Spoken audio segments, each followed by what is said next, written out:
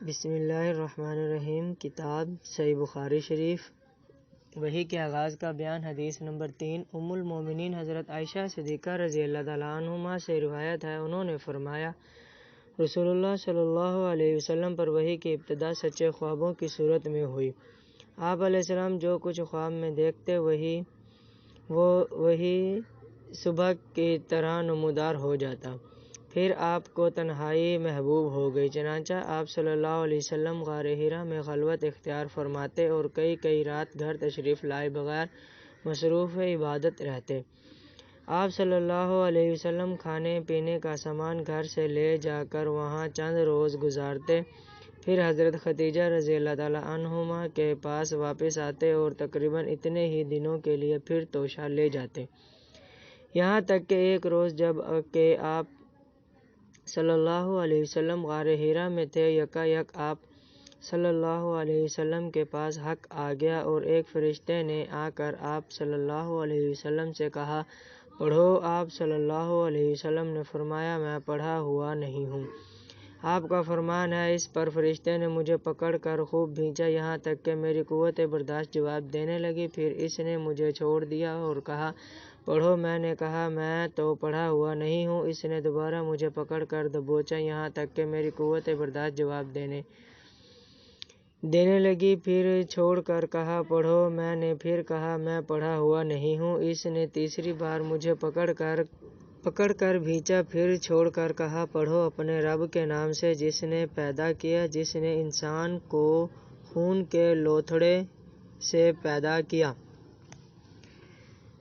پھر پڑھو، اور تمہارا رب تو نہایت کریم ہے۔ پھر رسول اللہ صلی اللہ علیہ وسلم ان آیات کو لے کر واپس آئے اور آپ کا دل خوف سے دھڑک رہا تھا، چنانچہ آپ صلی اللہ علیہ وسلم اپنی بیوی حضرت خدیجہ بنت خویلد رضی اللہ تعالیٰ عنہا کے پاس تشریف لائے اور فرمایا، مجھے چادر اوڑھا دو، مجھے چادر اوڑھا دو۔ انہوں نے آپ صلی اللہ علیہ وسلم کو چادر اوڑھا دی، یہاں تک کہ آپ سے خوف زدگی کی کیفیت دور ہو گئی۔ پھر آپ صلی اللہ علیہ وسلم نے حضرت خدیجہ کو واقعے کی اطلاع دیتے ہوئے فرمایا، مجھے اپنی جان کا ڈر ہے۔ حضرت خدیجہ رضی اللہ تعالیٰ عنہما نے کہا، قطعاً نہیں، اللہ کی قسم، اللہ تعالیٰ آپ کو کبھی رنجیدہ نہیں کرے گا۔ آپ صلح رحمی کرتے ہیں، درماندوں کا بوجھ اٹھاتے ہیں، فقیروں محتاجوں کو کما کر دیتے ہیں، مہمانوں کی میزبانی کرتے ہیں اور حق کے سلسلے میں پیش آنے والے مصائب میں مدد کرتے ہیں۔ پھر حضرت خدیجہ رضی اللہ تعالیٰ عنہما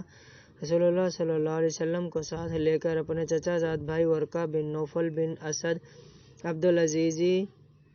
عبدالعزیز کے پاس آئیں۔ ورقہ دور جہالت میں عیسائی ہو گئے تھے اور عبرانی زبان بھی لکھنا جانتے تھے، چنانچہ عبرانی زبان میں حسب توفیق الہی انجیل لکھتے تھے۔ اس وقت بوڑھے اور نابینا ہو چکے تھے۔ ان سے حضرت خدیجہ رضی اللہ تعالیٰ عنہما نے کہا، بھائی جان، اپنے بھتیجے کی بات سنیں۔ ورقہ نے پوچھا، بھتیجے کیا دیکھتے ہو؟